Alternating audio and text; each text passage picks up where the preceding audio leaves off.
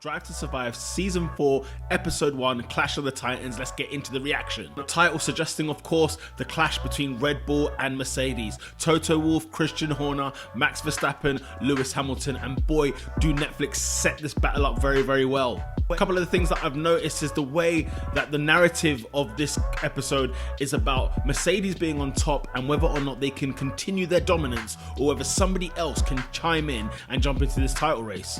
The popular opinion seems to be we want a battle coming from Ferrari. Even some of the royalty there in Bahrain, they all want to see a title race on their hands, just like many, because Mercedes have been winning the championship for 7 years straight.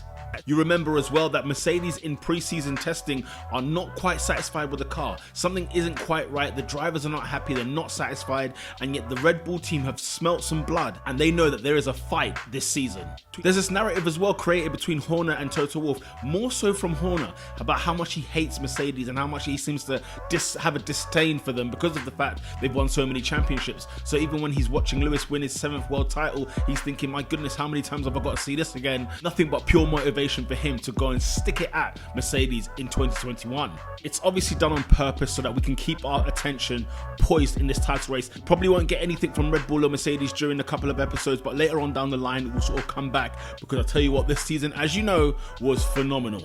Netflix have been criticised for sort of creating stories and sort of making up the hype, but I don't know whether Christian Horner sort of sees that and kind of plays to the camera. I don't know how he really feels about Mercedes, how he really feels about Lewis Hamilton or Toto Wolff for that matter, but he seems to definitely play up to the pantomime, if you will. This is all about Mercedes versus Red Bull. As I mentioned earlier before, Mercedes entering qualifying were not looking good, and Max Verstappen gets on pole, which kind of sort of leads the direction towards Red Bull being the real serious challenger, the real contender for Mercedes. But then in the race, with everything that happened, Mercedes take the victory. Max Verstappen, however, did overtake Lewis Hamilton at one point, but it was made illegal. It was made illegally because he'd overtaken him off track, which means he had to concede the place back. And it was one of those things where you thought, well, hang on a minute, Red Bull have got that pace. However, Christian Horner could not accept losing to Hamilton on this occasion, because I think they knew that they had the better car overall, the better package, if you will, and they've got a great driver to support that car in the Red Bull. You get a little bit of a dig from Christian Horner at Toto Wolff, talking about him being the more financial side of Formula One, whereas with Horner, he's all about the competition. And so, you know, it's almost like I said, I think he's playing to the camera, but I also think he's telling us a little something there. It's almost like he's giving the viewer a side to pick. You know, which one would you rather? Would you rather have the financial guy, or would you rather have the competitive guy, somebody who's trying to fight and not have a one-horse race? It's great to see in Formula One different styles, different leadership styles in terms of team principles. I like Toto Wolff's approach and I like Christian Horner's approach, and with that you get a great cocktail, a great mix of what it's like to fight for a title.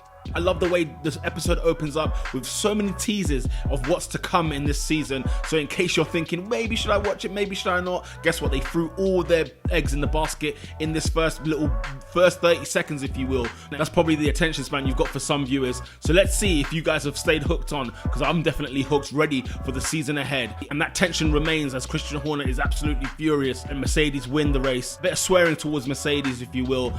And it kind of just shows that, you know what, Lewis Hamilton as well, he has a bit of a cameo in there where he sort of mentions that this is emotional, it's exhausting, he's going to be fighting more than ever he has before for a title this year. So it kind of leads you on to say, look, here's what's happened, but this story is far from over.